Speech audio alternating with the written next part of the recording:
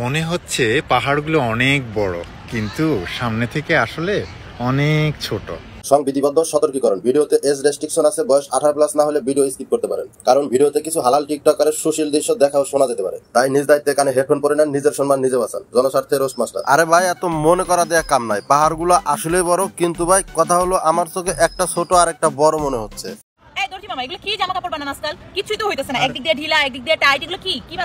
আরে আপা, আপনার বয়ফ্রেন্ড আছে? হ্যাঁ আছে। তাহলে আপনি বয়ফ্রেন্ডে বলেন বাম পাশে একটু বেশি সময় দিতে। বয়ফ্রেন্ড মনে হয় খাওয়ায় দুর্বল, খাইতে পারে না বেশি। একটা হলো অস্ট্রেলিয়ান গায়, আর একটা হলো দেশি।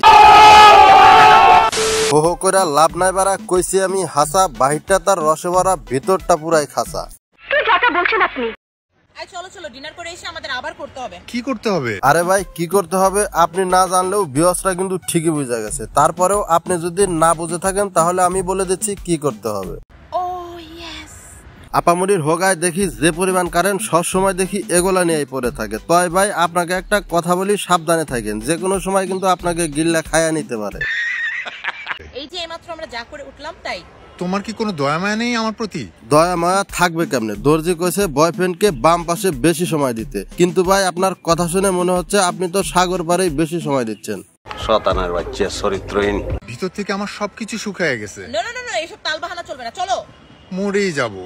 আরে ভাই, মরে গেলেও কাজ হবে না, তাল বাহানা করেও লাভ হবে না, কারণ আপামনির যৌবনের কুরকুরানি মিটাইতে হবে। এত তাড়াতাড়ি পাগল হওয়ার দরকার নেই, সামনে বহু খেলা আছে। আসো খেলবো, খেলা হবে, খেলা হবে। হয় শামিম ভাই, খেলা তো খেলতেই হইব। আজ রাইতে তোমার আমার খেলা ফাইনাল, খেলতে গিয়া যদি না ভাঙি আমার নতুন কাপ। আপামনির যে পরিমাণ কারেন্ট, ঠিক মতো খেলতে না পারলে তো পুরাই লাল কার্ড দিয়ে দিব। তাই ভাই একটা কথা বলি, খেলতে গিয়া যদি কখনো সমস্যা মনে করেন তাহলে মাথায় থুথু লাগাই নিতে পারেন। কি রে, আমি তোকে কিছু বললে না বুঝেই তুই মাথার মধ্যে থুতু লাগানো শুরু করিস কেন?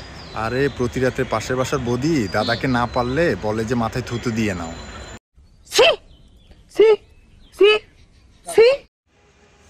উফ জান, আমার পা ব্যথা করতেছে, আমি আর হাঁটতে পারবো না।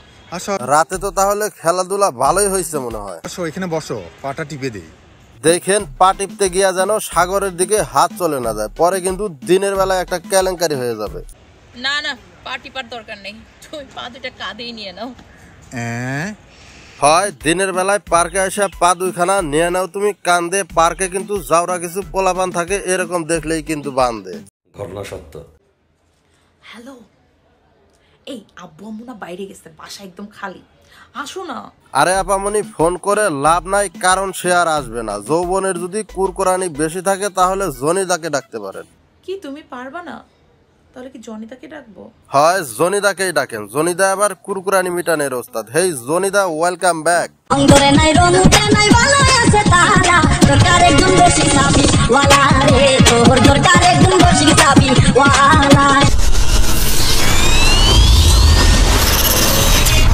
হয় জনিদা, তালা একদম ঠিক আছে, টুকায় টুকায় খোলে। আগে একটা টেস্ট ড্রাইভ দিয়ে নিন, কারণ সব সময় কিন্তু এই মাইয়ার ভিজা থাকে তলে। আসো না, আরে আমার ইয়াটা একটু গরম করবো। আপামনির টেনশনের কিছু নাই, জনিদা তো আইসাই পড়ছে, এখন দেখেন অটোমেটিক গরম হয়ে যাবে। এই যে দেখছো জনিদা কত ভালো খেলে। হয় জানতাম এরকমই হবে, এজন্যই জনিদাকে ডাইকা নিছি। তয় আপামনি, এটা কিন্তু টেস্ট ড্রাইভ ছিল, ফাইনাল রাউন্ড কিন্তু এখনো বাকি।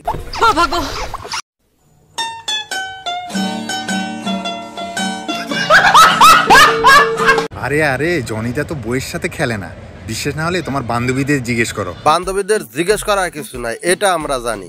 জনিদা হইল বিশ্বমানের খেলোয়াড়, সারা বিশ্বে আছে তার আপনার মতো হাজার হাজার শালী।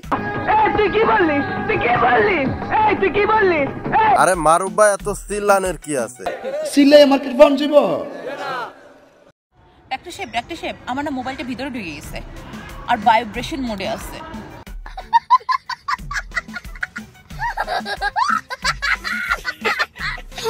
ভাইরে ভাই, এটা কি নীল দরিয়ানি? মোবাইল সহ ভিতরে ঢুকে যায়। যাই হোক গাইস, ছোটবেলায় আমার এক বন্ধু রাশেদের কাছ থেকে একটা গল্প শুনেছিলাম। গল্পটা পুরোপুরি এই কাহিনীটার সাথে মিলে যায়। গাইজ, গল্পটা ছিল এরকম, এক লোক এরকম একটা নীল দরিয়ার কাছে গিয়ে প্রথমে তার টুনটুনি ভিতরে দিয়ে দিছে, কিন্তু দরিয়া বড় হওয়াতে সে কিছুই বুঝতে পারে নাই।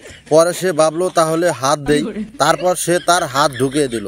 তারপর সে অনুভব করলো এই দরিয়ায় হাতেও কিছুই হবে না। পরে সে ভাবলো এখন পা দিব, যথারীতি সে পা ঢুকিয়ে দিল, কিন্তু পা বের করার সময় সে খেয়াল করলো তার একটা জুতা ভিতরে রয়ে গেছে। পরে হাত দিয়ে জুতা আনার চেষ্টা করেও সে ব্যর্থ হওয়াতে সে ফাইনালি ডিসিশন নিল সে নিজে এবার ভিতরে প্রবেশ করবে। যেই কথা সেই কাজ।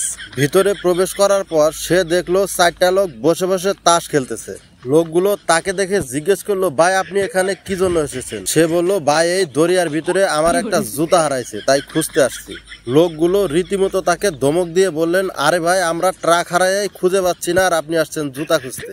भाई मारो मुझे, मारो मारो मुझे, मारो मारो नहीं, ये मजाक हो रहा है, एक सेकंड यार। So guys, moral of the story হলো এসব এমজিদের যে অবস্থা, আপনি জুতা খুঁজতে মোটেও যায় না, তাহলে কিন্তু পুরাই গায়েব হয়ে যাবেন। আর এসব এমজিদের বাবা মা কেউ আছে কিনা আমার সন্দেহ লাগে। যদি কেউ থেকে থাকেন তাহলে অন্তত এদের আটকান, না হলে ভার্চুয়াল জগতের পরিবেশটা একদম দূষিত করে দিতেছে। সো গাইস, আজকের ভিডিও এ পর্যন্তই। দেখা হবে পরবর্তী কোনো ভিডিওতে। সে পর্যন্ত সবাই ভালো থাকুন, অন্যকে ভালো রাখুন। আল্লাহ হাফেজ।